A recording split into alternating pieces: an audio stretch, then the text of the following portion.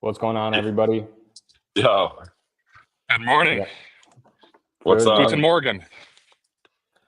Guten Morgen. Where are you? I'm in Vienna right now, on the outskirts of Vienna, taking a little break on our way back to Poland.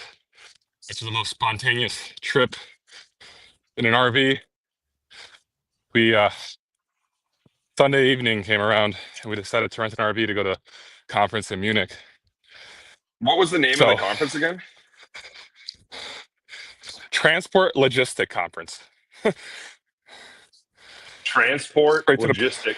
That's How like was the it? most like that's like if you ask like a Chicago carrier what they would name a conference, that'd be that. dude. It's straight to the point.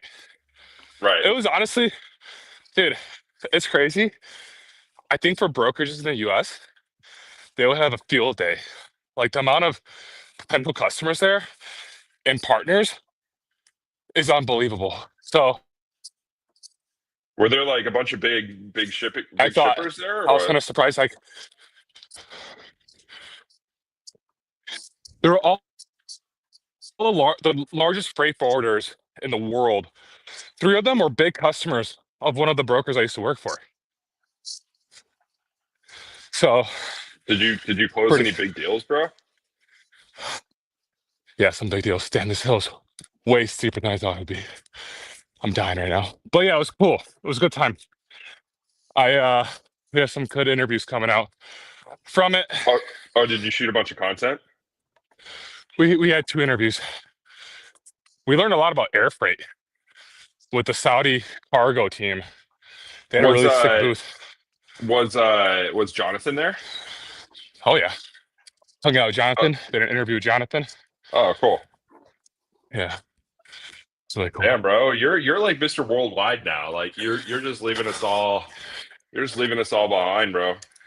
Going to Living a life. Palau, flying around the world. Paul, do you have any of those like any of those sprinter trips, or I forgot what they're called, coming up? OBC RVs? trips? No, No, I no. mean, OBC trips. or OBC trips. Yeah. Is that what you mean, Christian? Yeah, you're breaking up a little bit, so I don't know if you I want to. don't, but there was a lot of. Sorry. All right. Sorry. The boys are out here. They're in the grass field. Can you hear me now? So we're doing Freight Gong Friday live from the open fields of Mic check. Vienna. Mic check. Paul is just like on another planet right now. Yeah, that's And right. I'm trying Look to at Tom. tape and I'm trying to Tom, tape say some hello stuff too. onto my my hat right here. A new please advise All right. prototype. So I'm I'm I'm like, making the prototype. so can you guys hear me or no? It's Yeah, a now little we bit better can. now. Yeah, now that's just stationary. All right. I'm just sitting down right now. This is where I was actually gonna be at. So I don't have any OBC trips planned, but there was actually a guy that came up to me and knew me from like the OBC video from Palau that we made. Yeah. And he gave me his Nice. business card and he took my number because he's like, I got some shipments out of Warsaw. I'm gonna hit you up for them. And then he introduced me to another lady from a different company who like needs more people from Warsaw because apparently like Warsaw is like a pretty big hub from like Central Europe to America. So might have more trips coming up, but honestly, they're so tiring that I want to do like maybe one a quarter. And if it's only like either I go to Chicago because they have pretty decent trips, pretty often trips to Chicago. So if I get anything to Chicago, I'll take it and hang out there for a few days. Bro, you're like Or a if it's like picky carrier. You're like a really picky carrier. yeah, it's true. Yeah, I know. But You've I done you've either done like 3 loads and you're already being picky, bro. What the heck? uh, I'm like one of those owner operators that just does it for fun. I'm not doing it Yeah. for a living. So I am picky, and I feel like that's honestly probably the best position and to be in. I mean, Jonathan was telling us more in depth about when he was doing it full time. I mean, he was doing it full time for 3 or 4 years, where he literally was like in and out every day. He basically was just flying nonstop. Like No. he was Yeah. connected with all the logistics companies, and so he would literally get a shipment, let's just say, from and like he was flying during a pandemic because he actually got the US government to approve his flying, which was like rare for non-US citizens. to get into us, and so he'd fly. He once flew 3 times into Houston out of Europe in 1 week, and it was like Budapest, Frankfurt, Houston, back to Frankfurt, then to Budapest. Like literally, just he landed in the States, and he was back out of the U.S. 3 hours later with another shipment. That's how wild it was. Bro, this guy's just turning trips, mate. That's Yeah. I guess that's the way to do it. And so we What's hung out with Jonathan yesterday, and then right afterwards he flew to Bali. So he's in Bali right now, and he's going to be in Asia for 4 weeks. What is he? He lives in. What does he live in? Cyprus or Cyprus, yeah, Cyprus, dude. Cyprus has like a 2% like tax, or what is it called? Their tax system is just like so simple. It's like 2% on everything. That's it. Does he live on the Greek side or on the Turkish side? On the Greek side, the European Union side. I don't think a lot of people live on the Turkish side from like Europe. That's more just Turks and like probably like from the Middle East. Knowing his geography, damn. Bro, dude, it's pretty contested. And Reed's pretty good at geography. Yeah, I am. You know why? Because literally when I would get bored working at Echo, I would literally just like, fuck around on Google Maps. That's all I would do. I go look at ports. I just like go around the world and just like zoom in on stuff and see what's going on. Whatever happened with the whole airship? Are you still making some airships? Planning to make some worldwide takeover with these days airships? I'm more interested in acquiring a river barge, actually. What's the progress update on that? None so far. Although I did relocate along one of our nation's major river systems, so I'm closer to where I need to be to operate a river barge. There's a couple of barges docked here in Chattanooga, so I'm well positioned now. But now it's just a matter of acquiring the assets.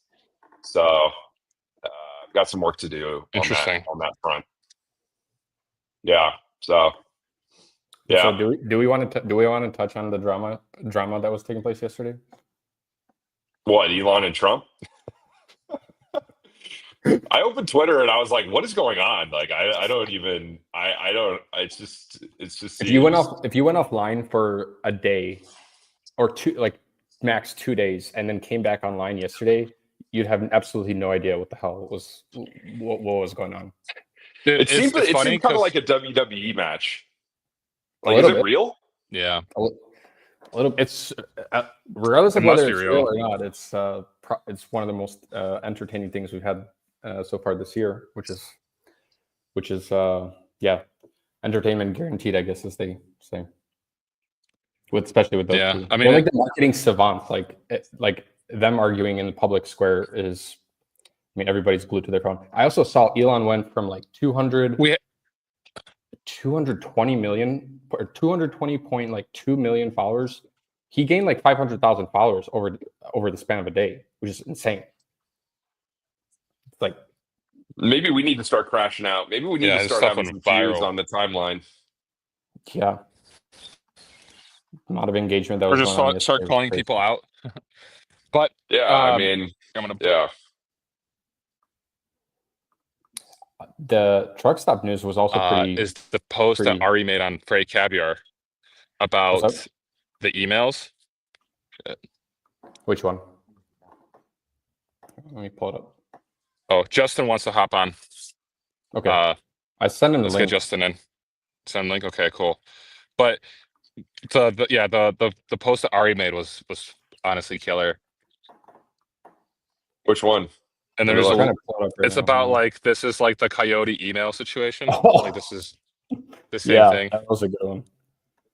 Yeah, and the funny thing is, like Ari wrote an article about it last month about like a 7-year anniversary of that email, and so we actually people were asking about the emails in the comments on Twitter, and I linked it to the article, so you could also pull up the article just for people that don't know about the whole Coyote fiasco with the emails. I remember that day too, because I was working at Everest then as a broker, and it was a big deal, dude. Like everyone in Chicago found out about it because Coyote being the largest brokerage in Chicago, like word spread so quickly of those emails. We actually hired Paul. Please inform me of this situation. I don't know anything about this, or jog my memory. Maybe I do. About these emails? Yeah. What is that? Dude, just read the article on Frey Caviar. We'll get it pulled up right here. Christian's pulling it up. But like, we actually hired the sister of the girl that wrote those emails, and she also was from Coyote. Dude, she defrauded Everest like a bunch of money over a few months. You hired, just to be clear, that was the Everest. I didn't hire her. Yeah. Let's just say a brokerage I used to work for hired her. And dude, like this chick, like literally defrauded them. I think it was like $300,000 over the span of 3 months because she was handed all the customers. She was very like electric, had a good personality. Like she was taking Adderall in the morning, taking Xanax in the evenings, wasn't eating anything, but she just had a lot of energy. And she was and basically like she like someone like just gave her all of the customers that they had, one of the owners, because he just wanted to delegate everything. And he basically was selling the other owners on it, like, yo, like this girl, like, yeah, her past is kind of shady, but she's a killer. She's gonna crush it. She knows the industry so well. Handed all the customers to her, and then like essentially like no one was verifying any of the information that she was putting in the TMS, and she was quoting the customers like super low rates and winning everything, and just putting like the most outrageous rates in the TMS, like quoting like super high, like double the rate of what the actual customer was paying. And she was getting commission straight away. And basically after like 3 months of like invoice problems where like the customer's like, yo, we never quoted it this low, like this was the actual quote, and here's a bunch of emails to verify this. Literally over 3 months, the company lost $300,000. And then she basically went like berserk and started sending these like crazy emails. No. So I'm gonna back up here for a second. So basically, these emails were sent out before she was hired, and this was her sister that sent out these emails. Got it. It wasn't her. Clarification. Yeah. But they both used to work at Coyote, and it was like, and now like I don't know what they do, but they're not in the logistics. At least one of them is not in the logistics industry. And from what I know, like one of them actually had like, what is it? She like home arrest. She like a bracelet on her ankle. I don't know from what situation exactly. But like I know someone that like actually saw her out and about and was hanging out with her, also from Coyote, and like he actually saw the ankle bracelet and she told him about it. So yeah, I mean it's honestly crazy situation. But you could read. You could literally just take every broker's domain and just send like wild emails to like carrier sales at or like operations at, and just like probably land in maybe that's a meme marketing dispatch strategy for you. Yeah, dispatch. Yeah, just yeah. I mean, it might cause some problems, so maybe don't do it, but you could if you wanted to. So real quick, before we have our guests come up here in a couple of minutes, Justin, you have some comments on this whole feud that was going on. I'm sure J-Mart's got some theories.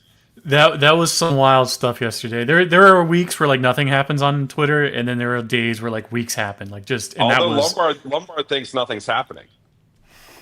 We'll see. There's been a lot of backtracking today. Like Elon threw down that they were canceling the Dragon capsule, that's actually like huge. NASA relies on that a lot right now, just getting astronauts into space. They were also going to be using a bunch of those capsules to deorbit the International Space Station safely. And then just randomly some guy was like, actually, Elon, that's a bad idea. And Elon was like, okay. So whether that was an Elon burner. Some random called Alaska with 143 followers. Basically, I don't know. The people are saying that like he saved America now because the feud ended after that. Elon was just okay, we took it too far.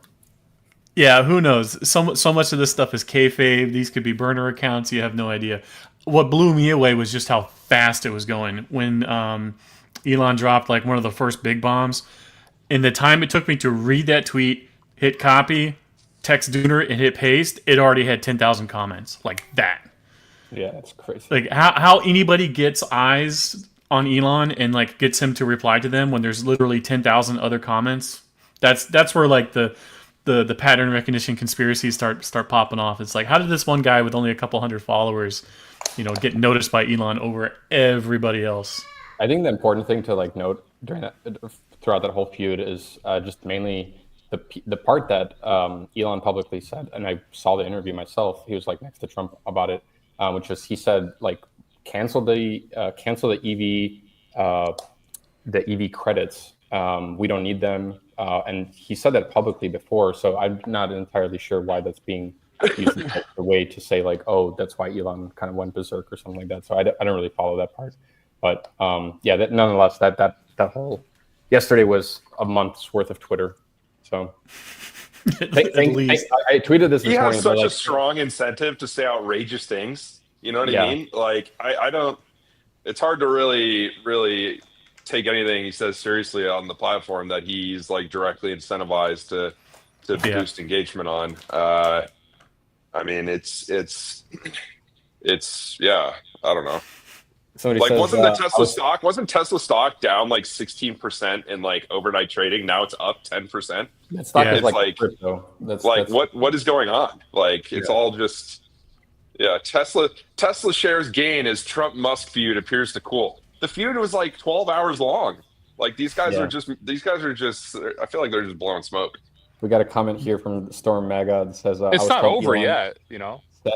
I was told Elon said we have a driver shortage, and Trump said we did not. So Elon actually did tweet out a couple months ago about a truck driver shortage, and me and a bunch of other people jumped into the comments. I've never heard Trump comment directly on whether or not there is a truck driver shortage. There was a post going big today about India saying, "Hey, we hear America has a truck driver shortage. We have people we can send over there." And a bunch of comments are like, "Absolutely not." Justin, do you have like a siren in your house that goes off whenever there's a post about the truck driver shortage? No, it's so funny. I used to like once a day I would just search quote driver shortage end quote or trucker shortage or shortage of truckers, and I would just spend like an hour, just sorting by latest. And over time, enough people have kind of associated my account with truck driver shortage busting that people just send stuff to me now. Like I don't have to actively go out and search anymore. You've made a name for yourself. Yeah. Well, that's the trick. That's the secret sauce with Twitter is if you're trying to build a brand or a personality on there, find your like bit and then just hammer that over and over again until enough people associate you with that they do the heavy lifting for you now and they just send stuff to you automatically. All right, we have Daniel Hoff here joining us. Daniel, thank you for joining us today. No, thank you so much for having me. I'm glad that you came right after our political discussions. It's obviously the most entertaining to join the podcast. How you doing? I'm doing really good. I'm excited to be here. It's a beautiful day here in Washington, D.C., so all is good with me. It's coming into a Friday, so I'm excited for the weekend. Cool. Would you mind introducing yourself just real quick? Just tell us who you are, where you're at for the audience. I mean, sure. We all know. My name is Daniel Hoff. I'm the new VP of Government Affairs for TIA, the Transportation Intermediaries Association. I'm new to the job. I'm probably in it for about almost 6 months, just about 6 months. It's been a great kind of transition into the association world for me. It's kind of a homecoming a little bit. I worked in trade associations for about 10 years and went into other spaces, and now I'm coming back. And I've got about 20 years of transportation policy experience working on surface, working in aviation, and some other places as well. But really coming back to trade associations, working with membership, working with the team here at TIA has been awesome. It's really, like I said, kind of a homecoming for me. And I love doing stuff like this. I love talking to members as well. I love kind of engaging on transportation policy. So this is just kind of a great spot for me to be in, and I'm excited to be here. So. Are you in your office, Daniel? I am. We got to get some stuff on your walls there, man. I wish I was wherever you are. That's really yeah.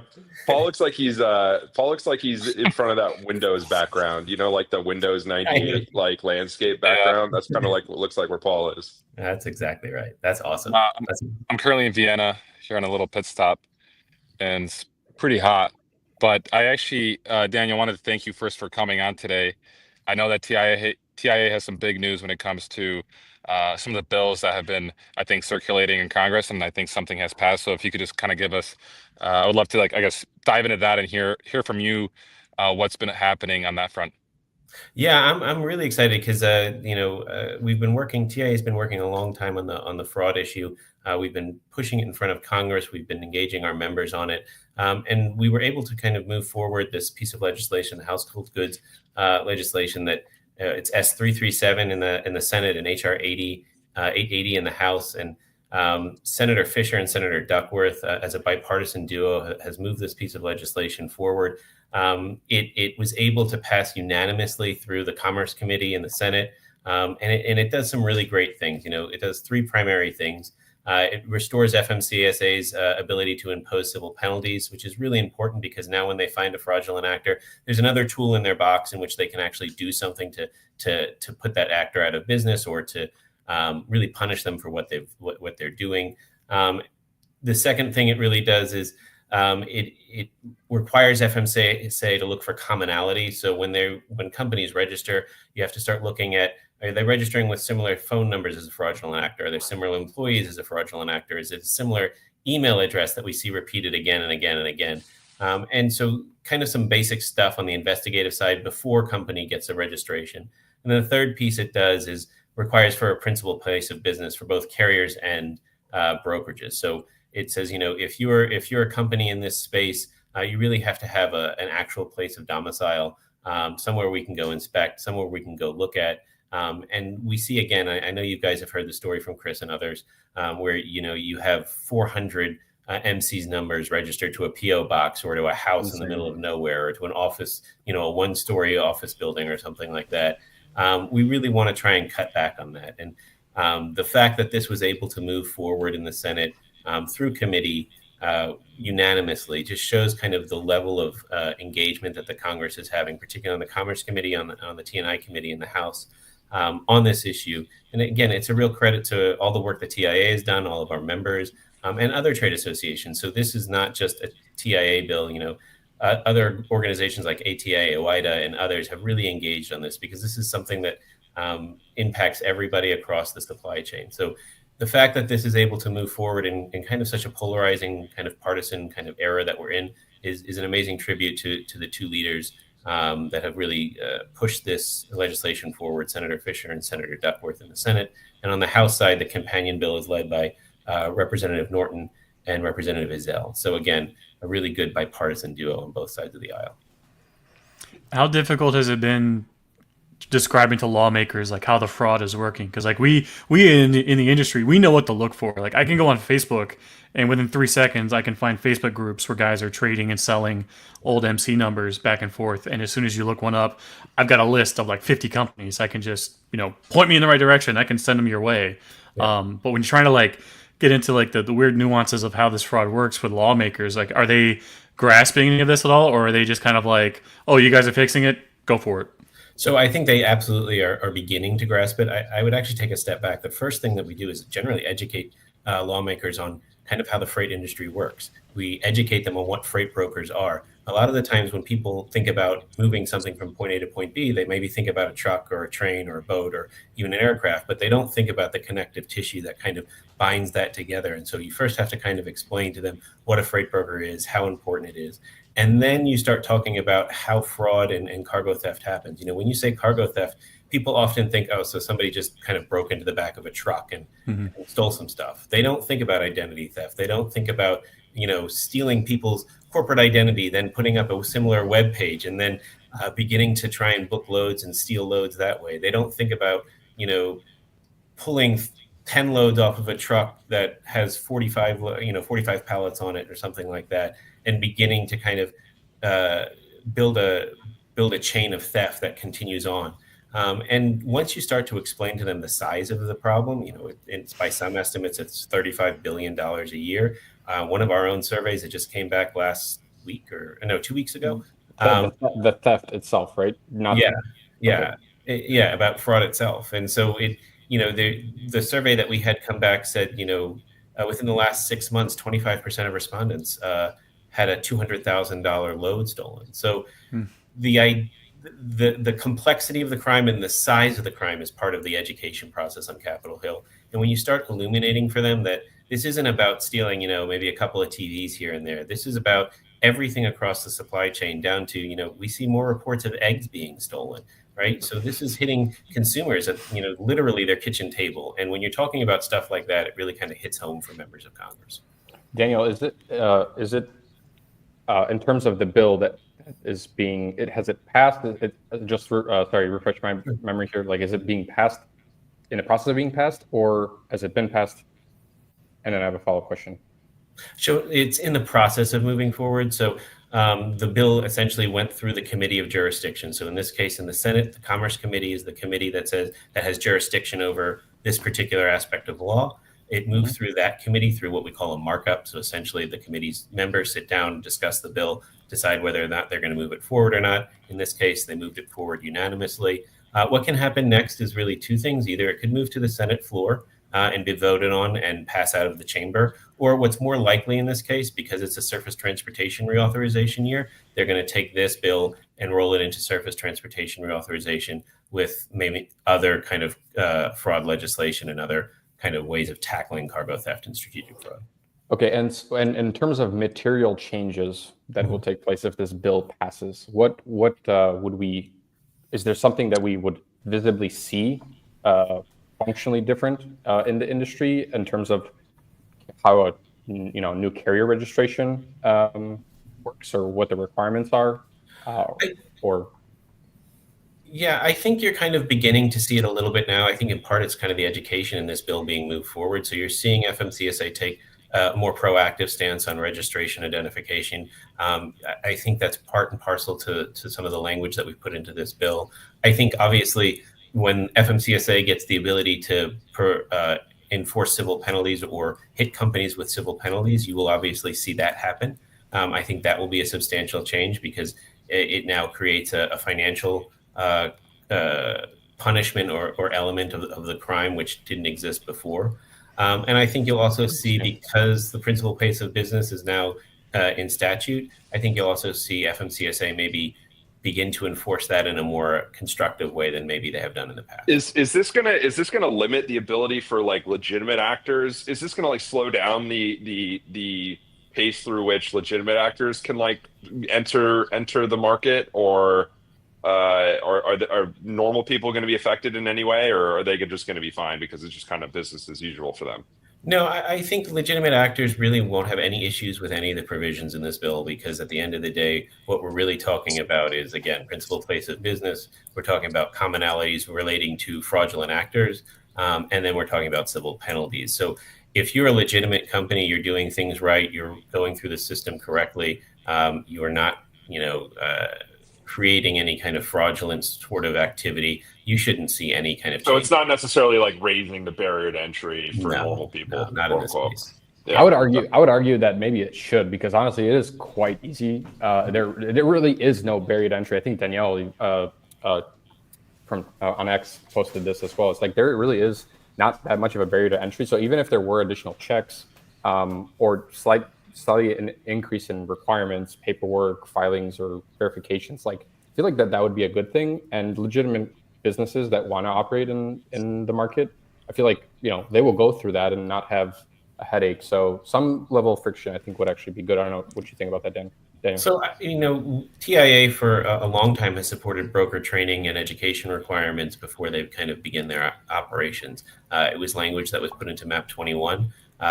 It hasn't been completely promulgated by the agency. It's one of the things that we're working on in the surface transportation reauthorization. We do believe that if you're a broker and you're coming into the space, then you should have a basic understanding of your financial responsibilities, the regulatory requirements around what space you're coming into.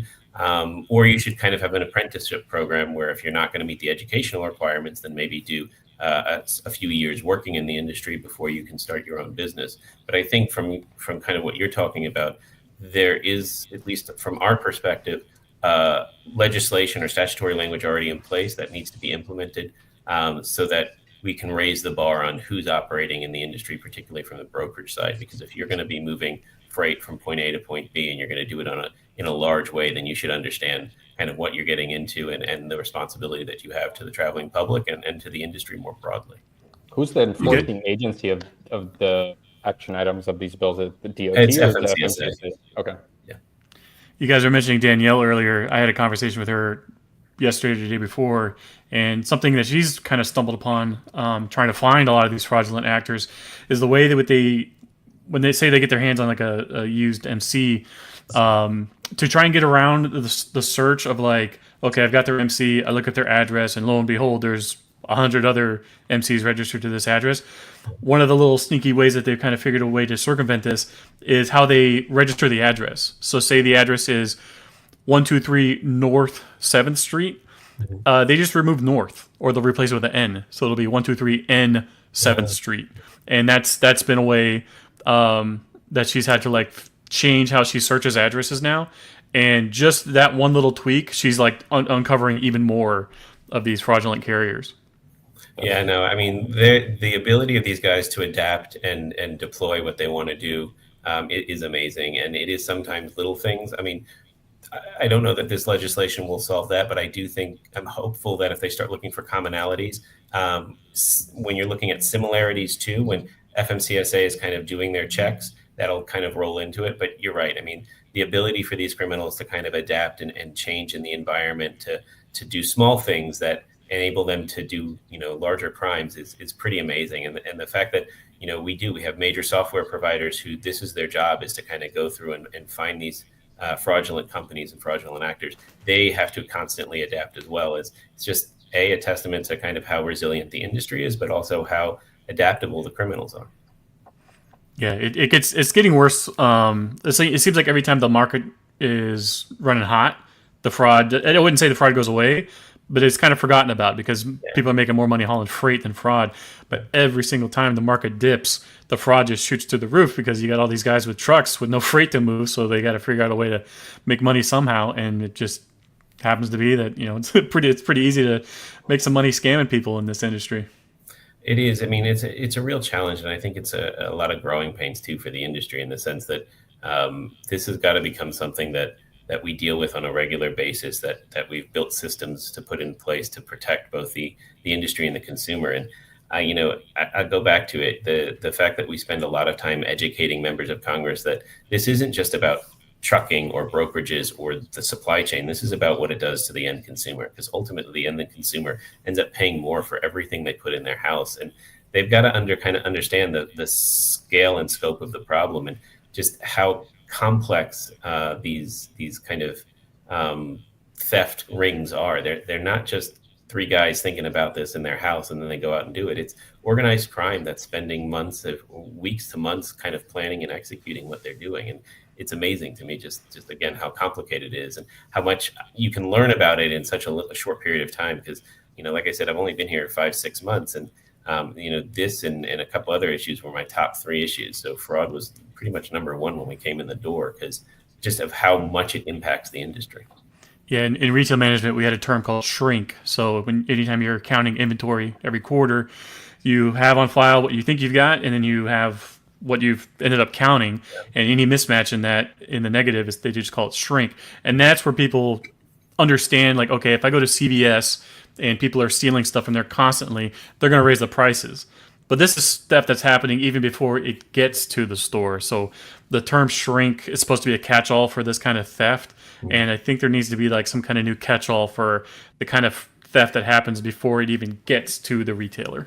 Yeah, no, I agree. I like I said, I think to your point, everything that you guys do and what you do online when you're educating people on this, the more people understand how this works, and the more people understand how much it costs them, the better off we're going to be, particularly when we're talking to legislators at the federal level or at the state level for that matter, and bringing law enforcement into this. So another piece of legislation we're supporting is trying to create a federal, state, and international task force where essentially we're bringing all of law enforcement together so that they'll begin to focus on this as a concentrated crime, and so that you're looking at all of the federal agencies, whether that's DHS or FBI or the postal inspectors or whoever, all come into a room with state police as well, and Interpol, and say, okay, this is a real issue and we have to tackle it. And then they begin to allocate resources around where this is happening, how it's happening, and how the crime is evolving. So it is something that we're working on in multiple ways. This is one great piece of legislation,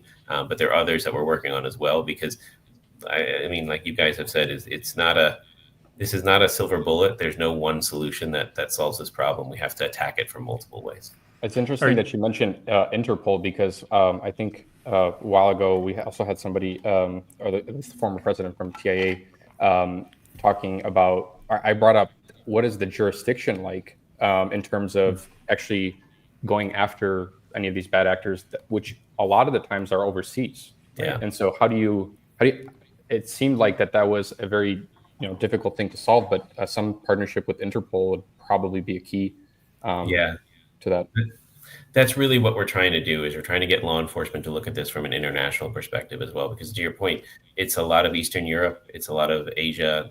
There's organized crime that's pulling the strings on what's happening, and a lot of the product that's stolen ends up overseas as well. So how do you deal with that in a constructive way when your jurisdictional boundaries exist? So one of the ideas is, again, to bring in like Interpol and other international crime units to try and help kind of deal with this as a problem. Are you seeing like actual enthusiasm from law enforcement? Because a lot of people I talk to, they might have all kinds of fraud that's happened to them, and anytime they've gone to like local or federal law enforcement, they literally hand them the entire case on a silver platter and say, hey, here's a gigantic crime ring that you can bust up very easily, that you can hang your hat on as you're retiring. And they say, thanks, but no thanks. We're chasing after guys that want to blow stuff up. We're not worried about trucks being having a couple pieces thrown off here and there, but they don't realize that over time leads to billions of dollars of waste and fraud. So you're starting to see more enthusiasm from law enforcement to actually go after these bad guys? I think twofold. One, I think anytime you put legislation together that starts focusing people on this as an issue that basically Congress has said, you guys need to focus on this, I think that helps. Two, I think law enforcement generally wants to help and wants to focus on this issue. I think resource allocation is an issue, right? To your point, if I'm been assigned to a joint terrorism task force, that's what we're going to focus on. So I think part of the challenge here is making sure that law enforcement at the federal and then at the state level has the availability to access resources for mitigating cargo theft crime. And I think there is enthusiasm about dealing with it. There's more. We see more and more states setting up cargo theft task forces. Now, they're generally small, right? They might be 3-4 officers or 5 officers assigned to it, depending on the jurisdiction. But it is beginning to gain traction. But to your point, no, we hear it all the time from our members where they say, I called the police, I handed them something, a packet of information. I know where the truck is. It was stolen. And sometimes I don't get action. You also, you mentioned Danielle. She did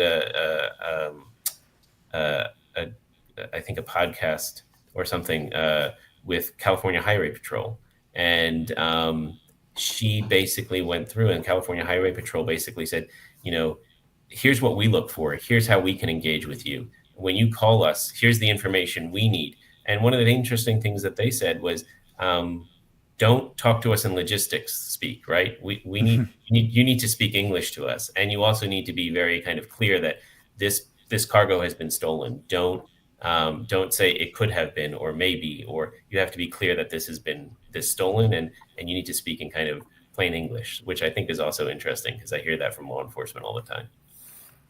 So you think we need more people with logistics background in law enforcement?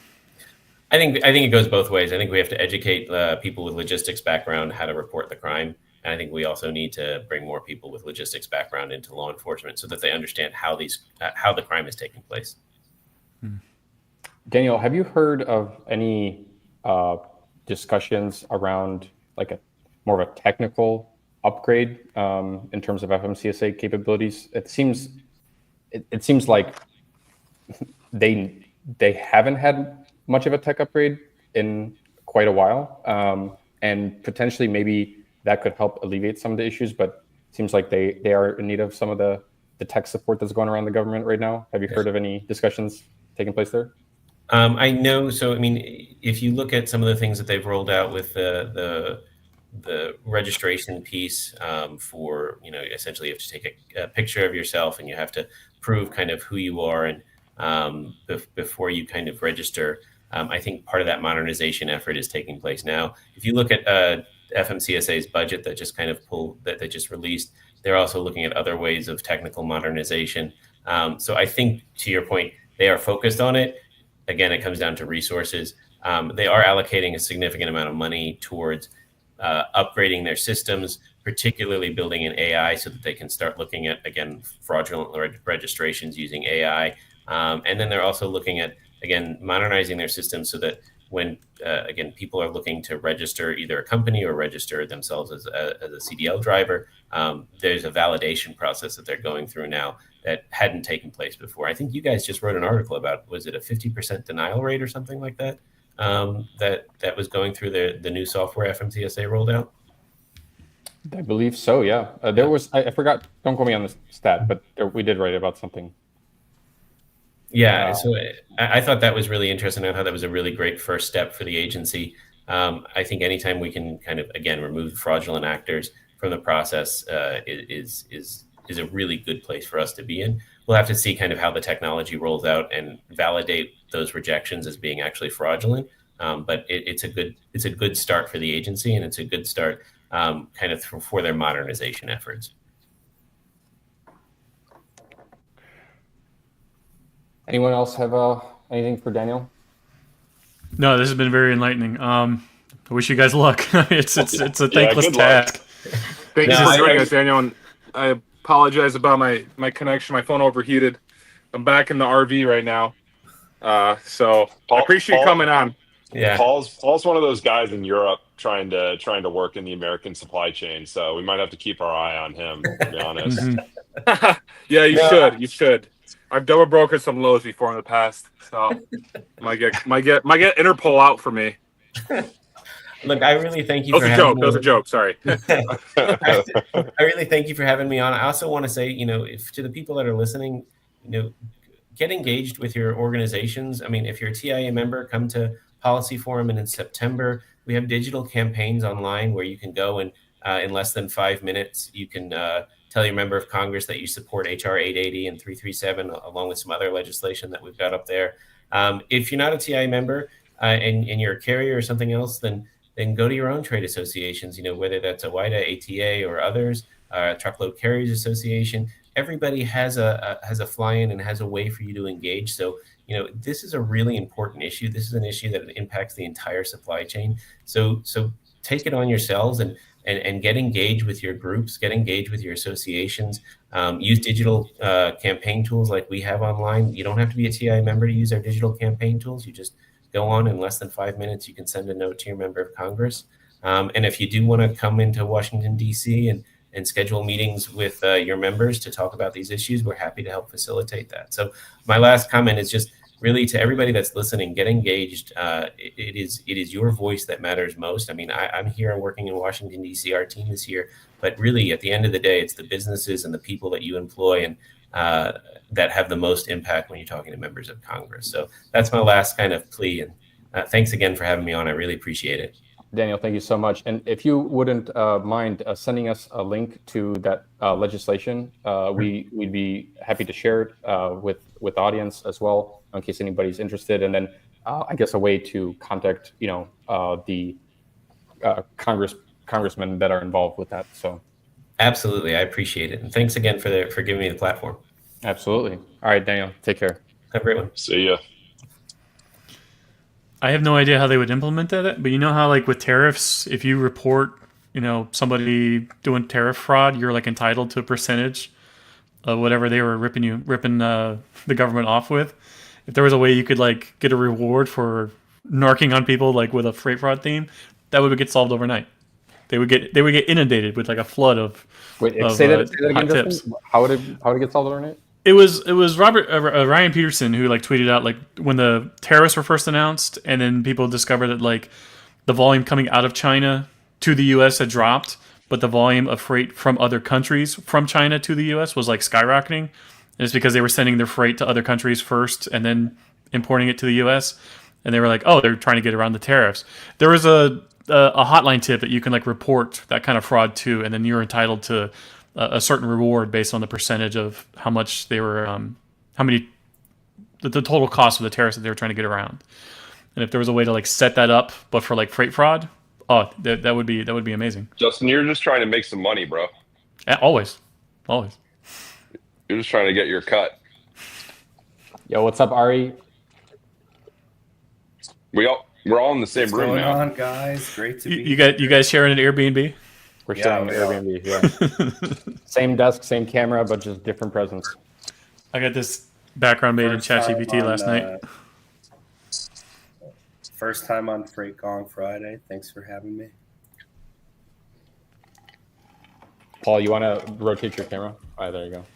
Yeah. So we were supposed to have Dean on from Virginia Transportation. I saw him; he was in the studio ahead of time, but maybe something happened.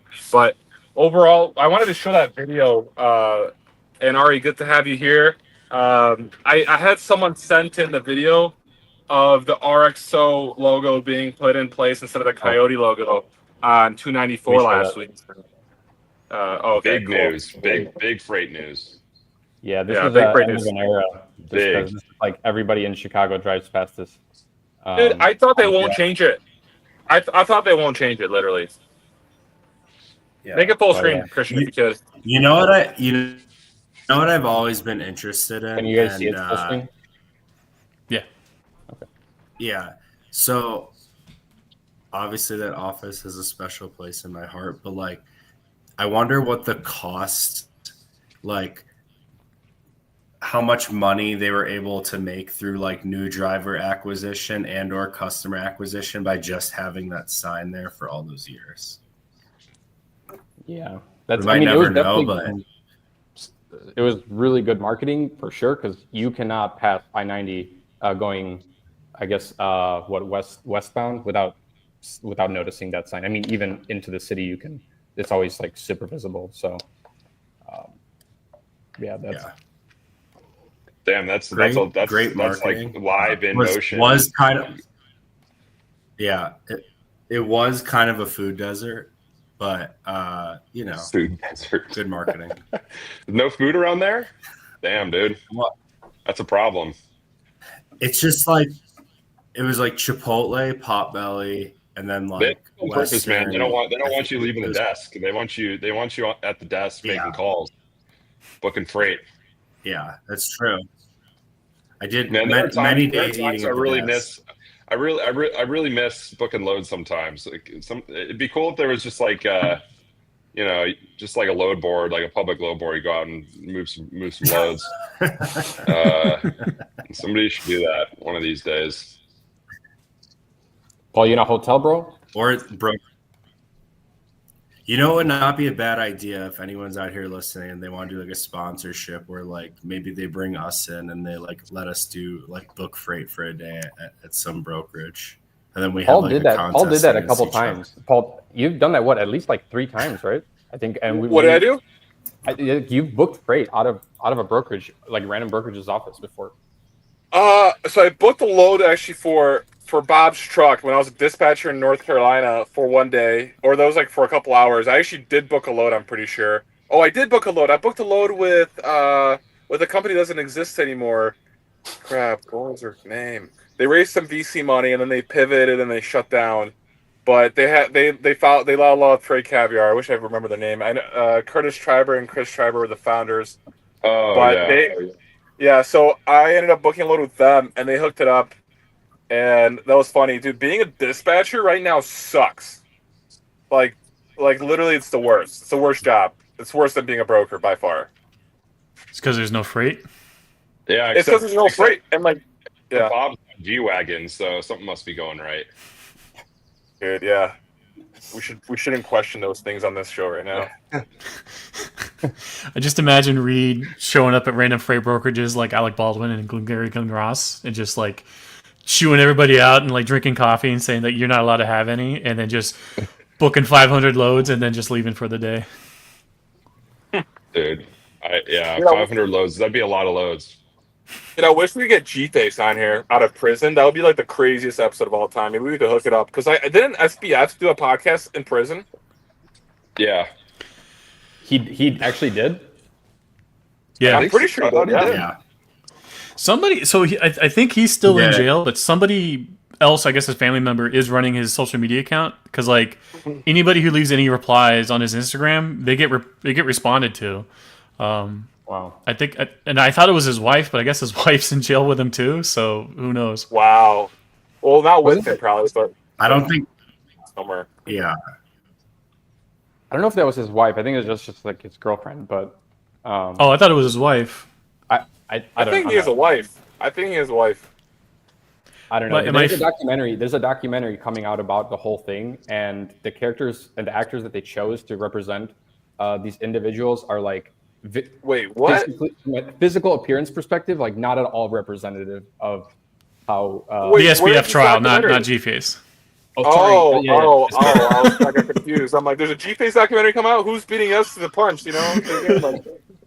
Oh yeah, no, the SBF documentary casting is hilarious. Like, the Hollywood is making the classic mistake of like hiring the most beautiful people imaginable to play the most ugly, nerdy people on the planet. So, I mean, this is not gonna be a documentary; it's gonna be a movie, right? Movie. If they're hiring actors for it, so I guess we should do the same thing for the G-Face one. I think Justin, you should be G-Face or Reed. I can't. I have to shave the beard. I can't do that. All right. My wife would murder me. Okay, Reed, we're doing a Freight Caviar movie, and you're gonna be G-Face. Bro, have Lombard be G-Face. He's got a bunch of tattoos, and him and G-Face are like boys, so that makes sense. That actually does make sense. That does make sense. That would be some amazing circularity where like Lombard is the one who started the beef with G-Face. You would have to like gain some muscle, Lombard. He's a little bit too skinny nowadays. He runs too much. G-Face doesn't run that much, so he's got to go on a different diet. You know, it's kind of like Christian Bale when he like gets ready for a movie. He like gains weight or loses weight. I think that's what Lombard has to now go through. That he's got to gain like 100 pounds. Apparently, pure muscle. Yeah, Christian Bale is gaining. He's gaining a lot of weight right now because he's playing John Madden in the movie coming out about John Madden. Really? Get out of here! Oh, I can't wait to see that.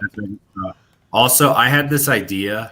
I think I may have presented it to you guys. If we wanted to get into the TV or movie production space, Freight Caviar Studios, and I could help write it. I have some ideas. We could write a comedy about a freight brokerage and make it into like a mini TV show.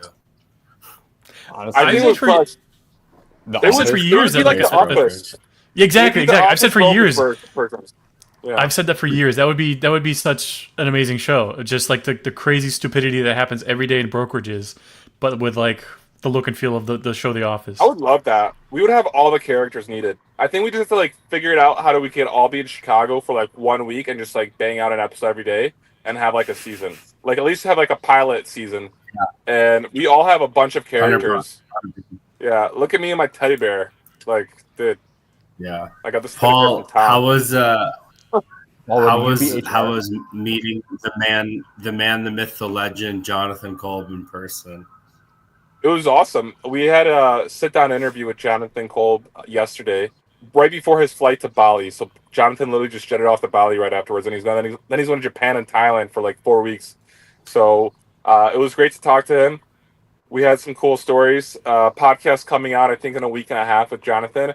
We also had a really interesting conversation with like this manager from Saudi Cargo who runs like their cargo operations.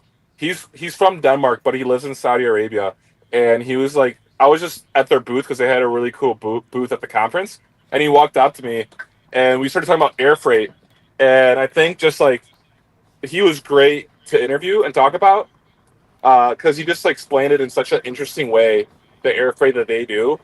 So I'm looking forward to that. It's going to be a little bit of a different vertical compared to the freight brokerage over the road stuff that we do. But I think it also gives people an insight about air freight. And I know there's some followers that are interested in that. So that'll be also quite interesting. Yeah. Dude, Lil Wayne came out with a new album. Wow. Who did? Lil Wayne. I was going to say, I bet you, though, Paul will be in the next 6 months, Paul will be visiting this guy in Saudi Arabia. We have to go together. Freight Caviar documentary, Saudi Arabia. I'll sit that one. Have fun. But I don't really have a desire to go there too, so maybe we could send like Reed out there. You don't have a desire to go? Why not? It's probably a little bit too conservative for me. I don't know.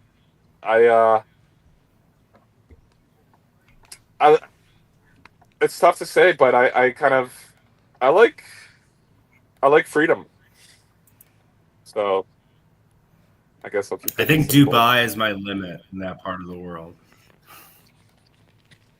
All right, guys. I think that's an interesting way to end the very interesting way to end the show. We're discovering everyone's travel limits. Yes. No Saudi Arabia trips anytime soon. Damn. All right. Well, I think this week's show was pretty good. I really enjoyed having Daniel on. We should probably have him on more often. But